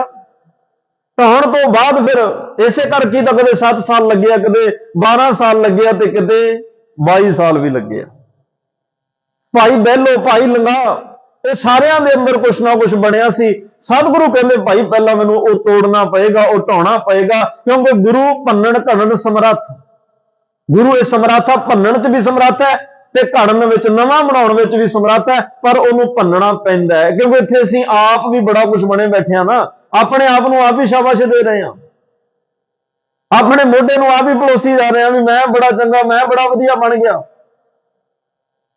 ਤੇ ਪਰ ਗੁਰੂ ਜਦੋਂ ਕੋਈ ਕਿਸੇ ਨੂੰ ਸਰਟੀਫਿਕੇਟ ਜੋ ਦੇਣਾ ਹੁੰਦਾ ਨਾ, ਉਹ ਸਰਟੀਫਿਕੇਟ ਬਣਾਉਣ ਲੱਗਿਆਂ ਵੀ ਬੜੇ ਵੱਡੇ ਵੱਡੇ ਪੜ੍ਹੇ ਲਿਖੇ ਲੋਕਾਂ ਨੂੰ ਕਈ ਵਾਰ ਉਹ 'ਚ ਕੱਟ ਵੱਢ ਕਰਨੀ ਪੈਂਦੀ ਆ। ਕਦੇ ਰਫ ਲਿਖਦੇ ਆ, ਫਿਰ ਉਹਨੂੰ ਰਫ ਲਿਖ ਕੇ ਕੱਟ ਕੇ ਫਿਰ ਇੱਕ ਸਰਟੀਫਿਕੇਟ ਬਣਦਾ ਹੈ। ਤੇ ਜਦੋਂ ਸਾਹਮਣੇ ਟੀਚਰ ਦੇ ਲਿਆਂਦਾ ਜਾਂਦਾ ਕੋਈ ਸਰਟੀਫਿਕੇਟ ਤਿਆਰ ਕਰਾ ਕੇ, ਪ੍ਰਿੰਸੀਪਲ ਦੇ ਕਈ ਵਾਰ ਫਿਰ ਉਹ ਮੋੜ ਦਿੰਦਾ ਵੀ ਵਿੱਚ ਆ ਸੁਧਾਰ ਕਰਕੇ ਲਿਆਓ, ਰਾਉਂਡ ਮਾਰ ਦਿੰਦਾ ਵੀ ਠੀਕ ਨਹੀਂ, ਗਲਤੀ ਇੱਥੇ। ਤੇ ਜਦੋਂ ਸਿੱਖ ਕਈ ਵਾਰ ਆਪ ਹੀ ਇੱਕ ਆਪਣਾ ਖਾਲਸੇ ਦਾ ਸਰਟੀਫਿਕੇਟ, ਸਿੱਖੀ ਦਾ ਸਰਟੀਫਿਕੇਟ, ਗੁਰਸਿੱਖੀ ਦਾ ਸਰਟੀਫਿਕੇਟ ਆਪਣੇ ਆਪ ਹੀ ਲੈ ਕੇ ਗੁਰੂ ਕੋਲ ਜਾਂਦਾ, ਫਿਰ ਸਤਿਗੁਰੂ ਤੇ ਰਾਉਂਡ ਮਾਰ ਕੇ ਦੱਸ ਦਿਆ ਵੀ ਆਹ ਗਲਤੀਆਂ ਪਹਿਲਾਂ ਇਹਨਾਂ ਨੂੰ ਸੁਧਾਰ। ਉਹ ਗਲਤੀਆਂ ਸੁਧਾਰਨ ਲਈ ਫਿਰ ਸਮਾਂ ਲੱਗਦਾ। ਹਾਂ, ਚੰਗੇ ਨੇ ਉਹ ਗੁਰਸਿੱਖ ਜਿਹੜੇ ਕਹਿ ਦਿੰਦੇ ਆ ਸਤਿਗੁਰੂ ਇਹ ਮੈਂ ਨਹੀਂ ਸੁਧਾਰ ਸਕਦਾ, ਲਓ ਅੱਜ ਤੋਂ ਬਾਅਦ ਸਭ ਕੁਝ ਤੁਹਾਨੂੰ ਸੌਂਪਿਆ, ਤੁਸੀਂ ਸੁਧਾਰ ਦਿਓ। ਫਿਰ ਸਤਿਗੁਰੂ ਕਈ ਵਾਰ ਰਫ ਟਫ ਲਿਖਦੇ ਆ, ਉਹਦੇ ਤੇ ਰਫ ਲਿਖਿਆ ਜਾਂਦਾ, ਟੋਟੇ ਕਰਨਾ ਪੈਂਦਾ, ਨਵੀਆਂ ਇੱਟਾਂ ਤੋੜਨੀਆਂ ਪੈਂਦੀਆਂ ਤਾਂ ਕਿ ਮੈਂ ਇਹਦਾ ਕੋਈ ਗਹਿਣਾ ਕੱਢ ਸਕਾਂ, ਇਹਨੂੰ ਸ਼ਿੰਗਾਰ ਸਕਾਂ, ਇਹਨੂੰ ਸਵਾਰ ਸਕਾਂ, ਇਹ ਦੁਨੀਆ ਦੇ ਕੋਈ ਰੋਲ ਮਾਡਲ ਬਣ ਸਕੇ, ਇੱਕ ਤੁਰਦਾ ਫਿਰਦਾ ਗੁਰਦੁਆਰਾ ਬਣ ਸਕੇ, ਇੱਕ ਤੁਰਦਾ ਫਿਰਦਾ ਪ੍ਰਚਾਰਕ ਬਣ ਸਕੇ, ਇਹਦੇ ਜੀਵਨ ਤੋਂ ਝਲਕ ਪਵੇ। ਰੱਬ ਦੇ ਪਿਆਰੇ ਇਹੋ ਜਿਹੇ ਹੁੰਦੇ ਆ। ਇਹਨੂੰ ਵੇਖ ਕੇ ਕਿਸੇ ਦੇ ਮਨ 'ਚ ਤੇ ਨਾ ਦੇਖ ਮਨ ਚਾਹ ਉੱਠਣ ਦਾ, ਕਿਸੇ ਦੇ ਮਨ ਵਿੱਚ ਚਾਹ ਪੈਦਾ ਹੋਵੇ ਮੈਂ ਵੀ ਇਹੋ ਜਿਹਾ ਗੁਰਸਿੱਖ ਬਣਨਾ, ਪਰ ਉਹਦੀ ਘਾੜਤ ਗੁਰੂ ਆਪ ਘੜਦਾ। ਤਾਂ ਹੀ ਮਾਰੇ ਨੇ ਕਿਹਾ ਸਤਿਗੁਰ ਸਿੱਖ ਕੀ ਕਰੇ ਪ੍ਰਤਪਾਲ। ਪ੍ਰਤਪਾਲ ਕੱਲੀ ਇਹ ਨਹੀਂ ਵੀ ਉਹਦੇ ਬੱਚੇ ਕਿੰਨੇ, ਉਹਨਾਂ ਨੂੰ ਰਿਜ਼ਕ ਦੇਣਾ, ਉਹਨੂੰ ਮੈਂ ਘਰ ਦੇਣਾ, ਉਹਨੂੰ ਮੈਂ ਗੱਡੀ ਦੇਣੀ ਆ, ਉਹਨੂੰ ਮੈਂ ਕੱਪੜੇ ਦੇਣੇ ਆ, ਰੋਟੀ ਦੇਣੀ ਆ, ਇਹ ਪ੍ਰਤਪਾਲਣਾ ਇੱਕ ਅਲੱਗ ਹੈ। ਤਾਂ ਸੰਸਾਰ ਸਰੀਰ ਨਾਲ ਜੁੜ ਗਈ। ਸਤਿਗੁਰੂ ਮਨ ਦੀ ਪ੍ਰਤਪਾਲਣਾ ਵੀ ਕਰਦੇ ਆ, ਕਿਉਂਕਿ ਇਹਨੂੰ ਅੰਦਰੋਂ ਵੀ ਤਾਂ ਤਿਆਰ ਕਰਨਾ, ਅੰਦਰੋਂ ਵੀ ਤਾਂ ਘਾੜਤ ਕਰਨੀ ਹੈ ਜੀ। ਧੰਨ ਧੰਨ ਰਾਮਦਾਸ ਗੁਰ ਜਿਨ ਸਿਰਿਆ, ਗੁਰੂ ਐਸਾ ਹੈ ਆਪ ਸਿਰਜਣਾ ਕਰਦਾ, ਸਿੱਖ ਦੀ ਪਹਿਲੀ ਇੱਟ ਆਪ ਆਪਣੇ ਹੱਥਾਂ ਨਾਲ ਲਾਉਂਦਾ ਹੈ। ਆਪ ਸਿਰਿਆ ਤਿਨੈ ਸਵਾਰਿਆ, ਫਿਰ ਉਹਨੂੰ ਸਵਾਰਦਾ ਹੈ। ਫਿਰ ਕੀ ਹੁੰਦਾ? ਪੂਰੀ ਹੋਈ ਕਰਾਮਾਤ, ਆਪ ਸਿਰਜਣਹਾਰ ਹੈ ਧਾਰਿਆ। ਫਿਰ ਇੱਥੇ ਕਰਾਮਾਤ ਕੀ ਵਾਪਰਦੀ ਹੈ? ਇੱਥੇ ਪੂਰੀ ਕਰਾਮਾਤ ਕੀ ਹੁੰਦੀ ਹੈ? ਸੰਗਤ ਵਿੱਚ ਆ ਕੇ ਪਿੰਗਲ ਪਰਬਤ ਪਾਰ ਪਰੇ ਖਲ ਚਤਰਬ ਕੀਤਾ। ਜਦੋਂ ਗੁਰੂ ਬਖਸ਼ਿਸ਼ ਵਰਤਾਉਂਦਾ ਨਾ, ਇੱਕ ਪਿੰਗਲਾ ਬੈਠਾ ਸੋਚ ਰਿਹਾ ਮੈਂ ਪਹਾੜ ਦੇ ਪਰਲੇ ਪਾਸੇ ਜਾਣਾ। ਲੋਕ ਕਹਿੰਦੇ ਆ ਵੀ ਆਪਣੀਆਂ ਲੱਤਾਂ ਵੇਖ ਕਿਵੇਂ ਤੁਰੇਗਾ, ਐਡਾ ਵੱਡਾ ਪਹਾੜ ਕਿਵੇਂ ਪਾਰ ਕਰੇਗਾ? ਪਰ ਜਦੋਂ ਗੁਰੂ ਕੋਲ ਆਇਆ, ਗੁਰੂ ਨੇ ਐਸੀ ਰਹਿਮਤ ਕੀਤੀ, ਪਹਾੜ ਵੀ ਪਾਰ ਕਰਾ ਦਿੱਤਾ। ਪਿੰਗਲ ਪਰਬਤ ਪਾਰ ਪਰੇ ਖਲ ਚਤਰਬ ਕੀਤਾ। ਖਲ ਮੂਰਖ ਪੰਡਤ ਨੂੰ ਇੱਕ ਪੰਡਤ, ਇੱਕ ਵਿਦਵਾਨ ਬਣਾ ਦਿੱਤਾ। ਪੰਡਤ ਅਰਥ ਵਿਦਵਾਨ ਬਣਾ ਦਿੱਤਾ। ਉਹਨੂੰ ਚਤਰ, ਜਿਹੜਾ ਮੁੱਖ ਗਿਆਨੀ, ਮੁੱਖ ਤੋਂ ਗਿਆਨ ਦੀਆਂ ਗੱਲਾਂ ਕਰਨ ਵਾਲਾ ਬਣਾ ਦਿੱਤਾ। ਅੰਧਲੇ ਤ੍ਰੈ ਭਵਨ ਸੂਝਿਆ, ਪੂਰੀ ਹੋਈ ਕਰਾਮਾਤ। ਗੁਰ ਭੇਟ ਪਨੀਤਾ, ਜਿਹੜੇ ਨੇਤਰਾਂ ਨੂੰ ਬਾਹਰ ਨਹੀਂ ਸੀ ਦਿਸਦਾ ਉਹਨਾਂ ਨੂੰ ਦਿਸਣ ਲੱਗ ਪਿਆ। ਜਿਨ੍ਹਾਂ ਕੋਲੇ ਨੇਤਰਤਾ ਸੀ ਪਰ ਨੇਤਰ ਹੁੰਦਿਆਂ ਗੁਰੂ ਨਹੀਂ ਸੀ ਦਿਸਦਾ, ਉਹਨਾਂ ਨੂੰ ਗੁਰੂ ਦਿਸਣ ਲੱਗ ਪਿਆ। ਉਹਨਾਂ ਨੂੰ ਰੱਬ ਤੇ ਰੱਬ ਦੇ ਪਿਆਰੇ ਨਜ਼ਰ ਆਉਣਾ, ਉਹਨਾਂ ਨੂੰ ਸਾਰਿਆਂ ਵਿੱਚ ਰੱਬ ਨਜ਼ਰ ਆਉਣ ਲੱਗ ਪਿਆ। ਅੰਦਲੇ ਤ੍ਰੈ ਭਵਨ ਸੂਝਿਆ ਗੁਰ ਭੇਟ ਪਨੀਤਾ, ਮਹਿਮਾ ਸਾਧੂ ਸੰਗ ਕੀ ਸੁਣੋ ਮੇਰੇ ਮੇ। ਆਹ ਭਾਈ ਸਾਧ ਸੰਗਤ ਦੀ ਮਹਿਮਾ ਹੈ, ਆਹ ਗੁਰੂ ਦੇ ਚਰਨਾਂ ਵਿੱਚ ਬੈਠਣ ਦੀ ਮਹਿਮਾ ਹੈ। ਇੱਥੇ ਬੈਠ ਕੇ ਜਿਹੜੇ ਪੈਰ ਪਿੰਗਲੇ ਹੋ ਚੁੱਕਿਆ, ਕਦੇ ਸੰਗਤ ਵੱਲ ਤੁਰੇ ਹੀ ਨਹੀਂ। ਇਹ ਨਹੀਂ ਕਿ ਜਿਹੜੇ ਕੱਲੀਆਂ ਫੌੜੀਆਂ ਤੋਂ ਤੁਰਦੇ ਉਹਨਾਂ ਦੀ ਗੱਲ ਹੋ ਰਹੀ ਆ। ਇੱਥੇ ਜਿਹੜੇ ਪੈਰ ਕਦੇ ਸੰਗਤ ਵੱਲ ਨਹੀਂ ਆਏ, ਸਿੱਧੇ ਰਾਹ ਤੇ ਨਹੀਂ ਚੱਲੇ, ਪਿੰਗਲੇ ਹੋਏ ਪਿਆ, ਟੇਢਾ ਮੇਢਾ ਹੀ ਤੁਰ ਰਿਹਾ, ਕਦੇ ਕਿਸੇ ਰਾਹ ਪੈ ਗਏ, ਕਦੇ ਕਿਸੇ ਰਾਹ ਪੈ ਗਏ। ਗੁਰੂ ਦੀ ਸੰਗਤ ਦੀ ਐਸੀ ਰਹਿਮਤ ਹੋਈ, ਉਹ ਪੈਰ ਸਿੱਧੇ ਹੋ ਗਏ, ਸਹੀ ਰਸਤਿਆਂ ਤੇ ਚੱਲ ਪਏ। ਜਿਹੜੇ ਸੰਗਤ ਗੁਰੂ ਘਰ ਦੇ ਕੋਲ ਦੀ ਕਦੇ ਨਹੀਂ ਸੀ ਲੰਘੇ, ਅੱਜ ਉਹ ਵਾਰ-ਵਾਰ ਗੁਰੂ ਘਰ ਆ ਰਹੇ। ਅੱਜ ਐਸੀ ਰਹਿਮਤ, ਜਿਹੜੇ ਦੁਨੀਆ ਦਾ ਗਿਆਨ ਇਕੱਠਾ ਕਰਕੇ ਇੱਕ ਮੂਰਖਾਂ ਦੀ ਕਤਾਰ ਵਿੱਚ ਚਲੇ ਗਏ, ਰੱਬ ਤੇ ਤਰ, ਗੁਰੂ ਤੇ ਤਰ ਕਰ ਰਹੇ ਸਨ, ਅੱਜ ਉਹਨਾਂ ਨੂੰ ਰੱਬ ਦੇ ਘਰ ਦਾ ਗਿਆਨ ਸੰਗਤ ਵਿੱਚ ਬੈਠ ਕੇ ਮਿਲ ਗਿਆ। ਅੱਜ ਉਹਨਾਂ ਦਾ ਵਾਰ-ਵਾਰ ਗੁਰੂ ਤੇ ਪ੍ਰਮਾਤਮਾ ਅੱਗੇ ਸੀਸ ਝੁਕ ਰਿਹਾ। ਇਹ ਅਜ਼ਮਤ, ਇਹ ਪੂਰੀ ਹੋਈ ਕਰਾਮਾਤ, ਆਪ ਸਿਰਜਣਹਾਰ ਹੈ ਧਾਰਿਆ। ਐਸੀ ਬਖਸ਼ ਜਦੋਂ ਗੁਰੂ ਆਪ ਆਪਣੇ ਸਿੱਖ ਨੂੰ ਤਿਆਰ ਕਰਦਾ। ਚਲੋ ਇਹ ਸ਼ਬਦ ਮੇਰਾ ਇਹਦੇ ਵਿੱਚ ਹੀ ਆਉਂਦਾ ਲੱਭ ਲੋਭ ਕਾਮ ਕ੍ਰੋਧ ਮਾਰ ਕੱਢੇ ਤੁਧ ਸਾਹ ਪਰਵਾਰਿਆ।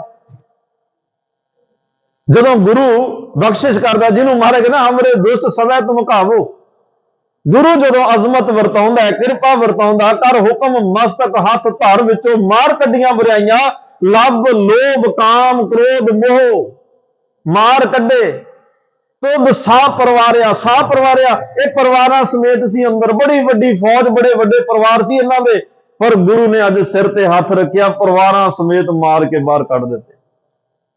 ਮੇਰੇ ਗੁਰੂ ਅਮਰਦਾਸ ਮਹਾਰਾਜ ਦਾ ਕਹਿ ਰਿਹਾ, ਪੰਜ ਦੂਤ ਤੁਧ ਵਸ ਕੀਤੇ, ਕਾਲ ਕੰਟਕ ਮਾਰਿਆ। ਇਹ ਵਸ ਵਿੱਚ ਆ ਗਏ, ਡਾਇਰੈਕਸ਼ਨ ਬਦਲ ਦਿੱਤੀ।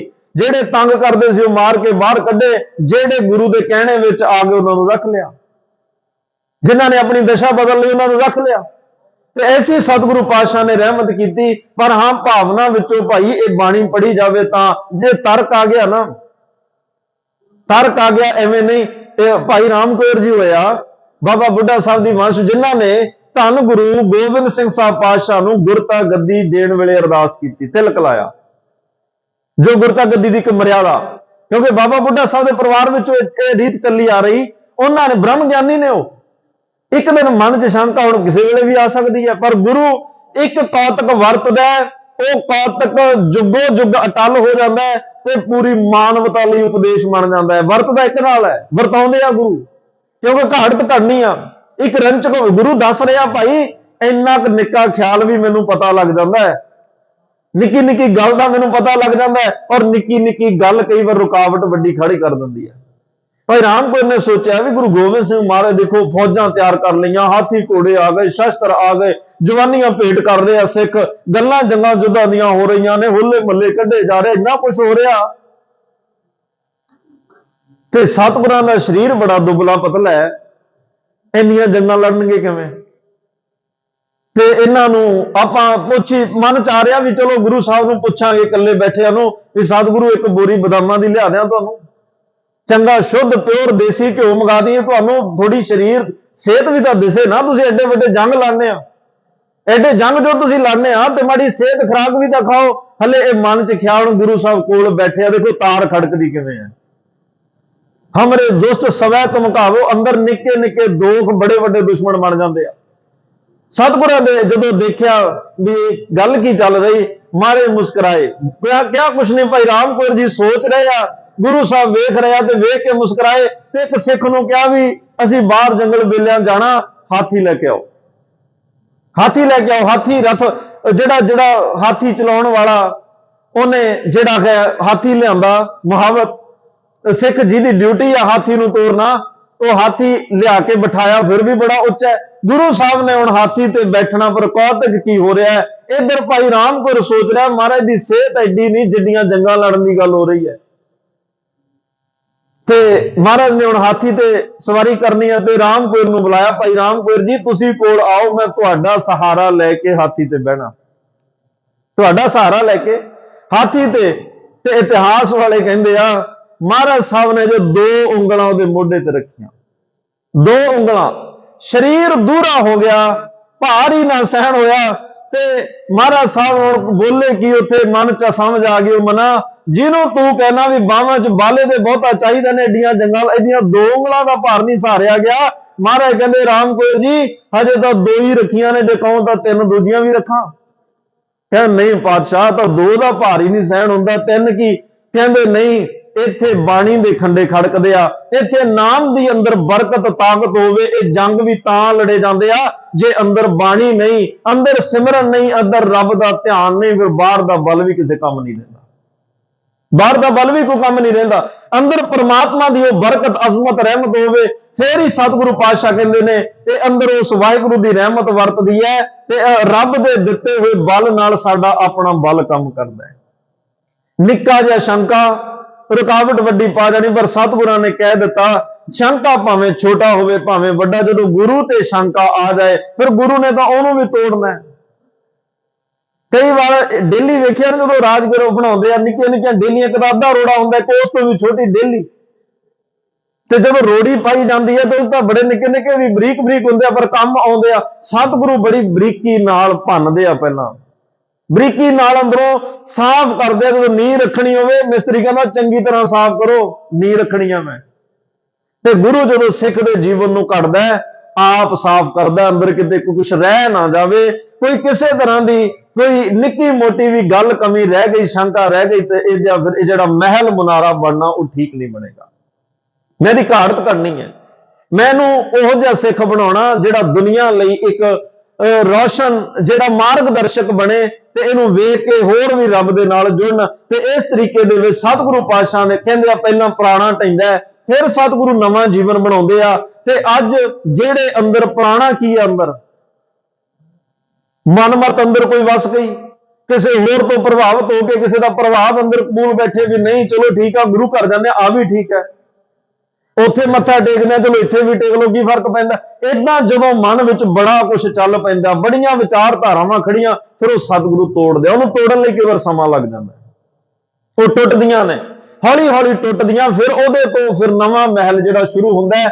ਤੇ ਅੰਦਰ ਜਿਹੜੇ ਦੁਸ਼ਮਣ ਨੇ, ਗੁਰੂ ਗੋਬਿੰਦ ਸਿੰਘ ਸਾਹਿਬ ਪਾਤਸ਼ਾਹ ਕਹਿੰਦੇ ਜਿਹੜੇ ਦੁਸ਼ਟ ਦੋਖੀ ਅੰਦਰ ਪੰਜ ਦੋਖ ਅਸਾਧ ਸਾਧ ਜਾਮੈ ਪੰਜ ਦੋਖ, ਜਿਹਦੇ ਅੰਦਰ ਇਹ ਪੰਜ ਦੋਖ ਅੰਦਰ ਬੈਠਿਆ, ਤਾਂ ਕਿ ਕੇਤਕਾਸ ਉਹਨੂੰ ਉਹ ਤੇ ਕਿਵੇਂ ਆਸ ਕੀਤੀ ਜਾਵੇ ਜਿਹਨੂੰ ਇਹ ਪੰਜ ਦੁਸ਼ਟ ਦੋਖੀ ਅੰਦਰ ਦਿਨ ਰਾਤ ਲੁੱਟ ਰਹੇ ਆ, ਤੇ ਉਹ ਰੱਬ ਨਾਲ ਕਿਵੇਂ ਮਿਲੇ। ਉਹਨਾਂ ਤੋਂ ਬਚਣ ਲਈ ਮਹਾਰਾਜ ਨੇ ਰੱਬ ਨੂੰ ਕਿਹਾ ਹਮਰੇ ਦੁਸ਼ਟ ਸਭੈ ਤੁਮ ਕਾਬੂ, ਇਹ ਸਾਰੇ ਦੁਸ਼ਟਾਂ ਨੂੰ ਪ੍ਰਮਾਤਮਾ ਖਤਮ ਕਰ ਜਿਹੜੇ ਤੇਰੇ ਮਿਲਾਪ ਦੇ ਵਿੱਚ, ਮੇਰੇ ਤੇਰੇ ਮਿਲਾਪ ਚ ਰੁਕਾਵਟ ਪਾ ਰਿਹਾ। ਹਮਰੇ ਦੁਸ਼ਟ ਸਭੈ ਤੁਮ ਕਾਬੂ, ਆਪ ਹੱਥ ਦੇ ਮੋਏ ਬਚਾਓ, ਆਪਣਾ ਹੱਥ ਦੇ ਕੇ ਮੇਰੀ ਰੱਖਿਆ ਕਰੋ, ਮੈਨੂੰ ਬਚਾਓ, ਮੈਨੂੰ ਹਰ ਪਲ ਤਨ ਮਨ ਧਨ ਕਰਕੇ ਮੇਰੀ ਰੱਖਿਆ ਕਰੋ, ਹਰ ਪਲ ਹਰ ਵੇਲੇ ਮੇਰੀ ਰੱਖਿਆ ਕਰੋ। ਤੇ ਨਾਲ ਫਿਰ ਇਹ ਕਹਿ ਦਿੱਤਾ ਮੈਂ ਨਹੀਂ ਇਕੱਲਾ, ਸੁਖੀ ਵਸੈ ਮੋਰੋ ਪਰਿਵਾਰਾ। ਹੁਣ ਪਰਿਵਾਰ ਕਿਹੜਾ, ਤੇ ਜੇ ਕੋਈ ਕਵੇ ਜੇ ਇਸੇ ਪਰਿਵਾਰ ਦੀ ਗੱਲ ਹੈ ਤੇ ਗੁਰੂ ਤੇਗ ਬਹਾਦਰ ਸਾਹਿਬ ਦਾ ਸ਼ਹੀਦ ਹੋ ਚੁੱਕਿਆ, ਉਦੋਂ ਕਿਉਂ ਨਹੀਂ ਕਿਹਾ ਮੇਰਾ ਪਰਿਵਾਰ ਸੁਖੀ ਵਸੇ। ਫਿਰ ਸਤਿਗੁਰੂ ਪਾਤਸ਼ਾਹ ਇੱਕ ਲੜੀ ਲੱਗ ਜਾਂਦੀ ਆ, ਪੂਰਾ ਸਰਬੰਸ ਹੀ ਵਾਰਿਆ ਜਾਂਦਾ, ਕਿਸੇ ਨੂੰ ਨਹੀਂ ਕਿਹਾ ਮੇਰੇ ਵੱਡੇ ਸਾਹਿਬਜ਼ਾਦਿਆਂ ਨੂੰ ਬਚਾ ਲਓ, ਮੇਰੇ ਛੋਟੇ ਬੱਚਿਆਂ ਨੂੰ ਬਚਾ ਲਓ, ਮੇਰੀ ਮਾਤਾ ਨੂੰ ਬਚਾ ਲਓ, ਨਹੀਂ ਕਿਹਾ, ਕਿਉਂਕਿ ਇਸ ਪਰਿਵਾਰ ਦੀ ਗੱਲ ਹੀ ਨਹੀਂ ਹੈ। ਇਸ ਪਰਿਵਾਰ ਨੂੰ ਇਹ ਤਾਂ ਮਾਰੇ ਕਹਿੰਦੇ ਆ ਪਰਿਵਾਰ, ਇਹ ਤਾਂ ਕੌਮ ਦਾ ਕਰਜ਼ ਹੈ ਮੇਰੇ ਤੇ, ਇਹ ਤਾਂ ਕਿਸ਼ਤਾਂ ਵਿੱਚ ਮੈਂ ਕਰਜ਼ ਉਤਾਰ ਲਿਆ, ਇਹ ਪਰਿਵਾਰ ਨਹੀਂ। ਇੱਕ ਪਰਿਵਾਰ ਮੇਰਾ ਖਾਲਸਾ ਪੰਥ ਹੈ, ਇੱਕ ਪਰਿਵਾਰ ਮੇਰਾ ਇਹ ਸਿੱਖ ਕੌਮ, ਇਹ ਪੰਥ ਹੈ ਜਿਹੜਾ ਨਾਨਕ ਨਿਰਮਲ ਪੰਥ ਚਲਾਇਆ, ਇਹ ਅਸਲ ਵਿੱਚ ਮੇਰਾ ਪਰਿਵਾਰ ਹੈ। ਤੇ ਉਸ ਪਰਿਵਾਰ ਦਾ ਜ਼ਿਕਰ ਕੀ ਕੀਤਾ, ਸੇਵਕ ਸਿੱਖ, ਸੇਵਕ ਤੇ ਸਿੱਖ ਸਭ ਵੀ ਆ ਗਏ ਉਹਦੇ ਚ। ਵਿਦਵਾਨ ਲੋਕ ਵੈਸੇ ਤਾਂ ਸੇਵਕ, ਬਾਬਾ ਲਹਿਣਾ ਜੀ ਵੀ ਸੇਵਕ ਬਣ ਕੇ ਆਏ, ਬਾਬਾ ਅਮਰਦਾਸ ਜੀ ਵੀ ਸੇਵਕ ਬਣ ਕੇ ਆਏ, ਬਾਬਾ ਜੇਠਾ ਵੀ ਸੇਵਕ ਬਣ ਕੇ ਆਏ, ਭਾਈ ਮੰਝ ਵੀ ਸੇਵਕ ਹੈ, ਭਾਈ ਬਹਿਲੋ, ਭਾਈ ਲੰਗਾ, ਤੇ ਬੇਅੰਤ ਇੱਕ ਬਾਬਾ ਬੁੱਢਾ ਸਾਹਿਬ ਵੀ ਤਾਂ ਸੇਵਕ ਬਣ ਕੇ ਰਹੇ, ਬਾਬਾ ਬਿਧੀ ਚੰਦ ਸਾਹਿਬ ਸੇਵਕ ਨੇ। ਉਹਨਾਂ ਸੇਵਕਾਂ ਲਈ ਮਹਾਰਾਜ ਨੇ ਕਿਹਾ ਆਪਣੇ ਸੇਵਕ ਹੀ ਆਪੇ ਰੱਖੈ, ਆਪੇ ਨਾਮ ਜਪਾਵੇ, ਜਹ ਜਹ ਕਾਜ ਕਿਰਤ ਸੇਵਕੀ, ਤਹ ਤਹ ਉਠਤਾਵੇ ਸੇਵਕੋ ਨਿਗਟੀ ਹੋਏ ਦਿਖਾਵੇ। ਇਹ ਉਹ ਸੇਵਕ, ਇੱਕ ਸੇਵਕ ਇੱਥੇ ਵਿਦਵਾਨ ਕੁਝ ਅਰਥ ਕਰਦੇ ਕਹਿ ਰਹੇ ਆ ਵੀ ਜਿਹੜੇ ਗੈਰ ਸਿੱਖ, ਮੰਨ ਲਓ ਪੀਰ ਬੁੱਧੂ ਸ਼ਾਹ ਹੈ, ਪੀਰ ਭੀਖਣ ਸ਼ਾਹ ਹੈ, ਜਾਂ ਸੈਦ ਖਾਨ ਹੈ, ਬੀਬੀ ਨਸੀਰਾਂ ਹੈ, ਜਾਂ ਪੰਡਿਤ ਸ਼ਿਵਦੱਤ, ਇਹ ਸੇਵਕਾਂ ਵਿੱਚ ਆ ਗਏ ਜਿਹੜੇ ਹੋਰ ਧਰਮਾਂ ਵਿੱਚ ਜੰਮੇ ਪਲੇ ਵੱਡੇ ਹੋਏ, ਇਬਾਦਤ ਕੀਤੀ ਪਰ ਗੁਰੂ ਗੋਬਿੰਦ ਸਿੰਘ ਮਹਾਰਾਜ ਦੇ ਚਰਨਾਂ ਨਾਲ ਜੁੜ ਗਏ। ਉਹ ਕਹਿ ਰਹੇ ਉਹਨਾਂ ਨੂੰ ਸੇਵਕ ਕਿਹਾ। ਦੂਸਰਾ ਸਿੱਖ, ਕਿ ਚਲੋ ਸਿੱਖ ਦੇ ਅਰਥ ਕਿ ਉਹਨਾਂ ਨੇ ਸਿੰਘ ਕੀਤੇ, ਖਾਲਸਾ ਕੀਤੇ, ਪਰ ਸਿੰਘ ਜਾਂ ਖਾਲਸਾ ਬਣਨ ਲਈ ਸ਼ੁਰੂਆਤ ਸਿੱਖ ਤੋਂ ਹੀ ਹੋਏਗੀ। ਗੁਰ ਸਤਿਗੁਰ ਕਾਜੋ ਸਿੱਖ ਅਖਾਏ, ਸੋ ਭਲ ਕੇ ਉਠਾਰ ਨਾਮ ਦੇਵੇ। ਆਰੰਭ ਤਾਂ ਇੱਥੋਂ ਹੈ, ਪਹਿਲਾਂ ਸਿੱਖ ਬਣਨਾ ਪਏਗਾ ਜਿਹਦੇ ਅੰਦਰ ਸਿੱਖੀ ਸਿੱਖਿਆ ਗੁਰ ਵਿਚਾਰ। ਸਿੱਖ ਕੌਣ ਹੈ, ਜਿਹਦੇ ਅੰਦਰ ਗੁਰੂ ਦੀ ਸਿੱਖਿਆ ਵਸ ਗਈ। ਸਿੱਖ ਨੇ ਹੀ ਕੱਲ ਸਿੰਘ ਬਣਨਾ, ਤੇ ਸਿੰਘ ਜਦੋਂ ਤਿਆਰ ਬਰ ਤਿਆਰ ਹੋਏਗਾ ਉਸੇ ਦੇ ਨਾਮ ਨਾਲ ਖਾਲਸਾ ਲੱਗ ਜਾਏਗਾ। ਸੇਵਕ ਸਿੱਖ ਸਭੈ ਕਰਤਾਰਾ, ਜਿੰਨੇ ਵੀ ਗੁਰੂ ਨਾਨਕ ਨਾਮ ਲੇਵਾ ਸਿੱਖ ਪਰਮਾਤਮਾ, ਜਿੰਨੇ ਵੀ ਤੇਰੇ ਚਰਨਾਂ ਨਾਲ ਪਿਆਰ ਕਰਨ ਵਾਲੇ ਆ, ਸਾਰਿਆਂ ਦੀ ਰੱਖਿਆ, ਉਹ ਸਾਰੇ ਹੀ ਮੇਰਾ ਪਰਿਵਾਰ ਨੇ। ਕਿਸੇ ਵੀ ਧਰਮ ਵਿੱਚ ਹੋਣ, ਕਿਸੇ ਮਜ਼ਹਬ ਵਿੱਚ ਹੋਣ, ਕਿਸੇ ਦੇਸ਼ ਵਿੱਚ ਹੋਣ, ਜਿਹੜੇ ਪ੍ਰਮਾਤਮਾ ਤੇਰੇ ਨਾਲ ਜੁੜਿਆ, ਤੇਰਾ ਧਿਆਨ ਲਾ ਰਿਹਾ, ਮੈਡੀਟੇਸ਼ਨ ਕਰ ਰਿਹਾ, ਤੇਰੇ ਚਰਨਾਂ ਨਾਲ ਜੁੜਿਓ, ਸਾਰੇ ਹੀ ਮੇਰਾ ਪਰਿਵਾਰ ਆ, ਸਭ ਦੀ ਰੱਖਿਆ ਕਰੋ। ਸੇਵਕ ਸਿੱਖ, ਇਹ ਸਾਰੇ ਭਾਈ ਆ, ਖਾਲਸਾ ਪੰਥ, ਸਿੱਖ ਪੰਥ, ਆਪਣੇ ਸਾਰਿਆਂ ਨੂੰ ਮਹਾਰਾਜ ਕਹਿ ਰਹੇ ਆ ਇਹ ਪਰਿਵਾਰ ਹੈ ਮੇਰਾ, ਤੇ ਇਹ ਸੁਖੀ ਵਸਣਾ ਚਾਹੀਦਾ। ਇਸ ਪਰਿਵਾਰ ਨੂੰ ਤੱਤੀ ਵਾਰ ਨਾ ਲੱਗੇ, ਮੇਰਾ ਪਰਿਵਾਰ ਮੇਰੇ ਕੋਲ ਰਵੇ ਨਾ ਰਵੇ ਕੋਈ ਫਰਕ ਨਹੀਂ, ਮੇਰਾ ਸਰਬੰਸ ਚਲਿਆ ਜਾਏ ਮੈਨੂੰ ਕੋਈ ਫਰਕ ਨਹੀਂ, ਆਨੰਦਪੁਰ ਚਲਿਆ ਜਾਏ ਕੋਈ ਫਰਕ ਨਹੀਂ, ਕੁਛ ਵੀ ਕੋਲ ਨਾ ਰਵੇ, ਪਰ ਮੇਰਾ ਪੰਥ, ਮੇਰੀ ਕੌਮ, ਮੇਰੇ ਸਿੱਖ, ਮੇਰੇ ਸੇਵਕ ਇਹ ਚੜ੍ਹਦੀ ਕਲਾ ਵਿੱਚ ਰਹਿਣੇ ਚਾਹੀਦੇ। ਸਾਡੀ ਤੁਹਾਡੀ ਸਾਰਿਆਂ ਦੀ ਤਾਈ ਮਹਾਰਾਜ ਨੇ ਦਮਦਮਾ ਸਾਹਿਬ ਜਾ ਕੇ ਕਿਹਾ ਸੀ, ਇਨ ਪੁੱਤਰਨ ਕੇ ਸੀਸ पे वार दिए सुत चार, चार मुए तो क्या हुआ जीवत कई।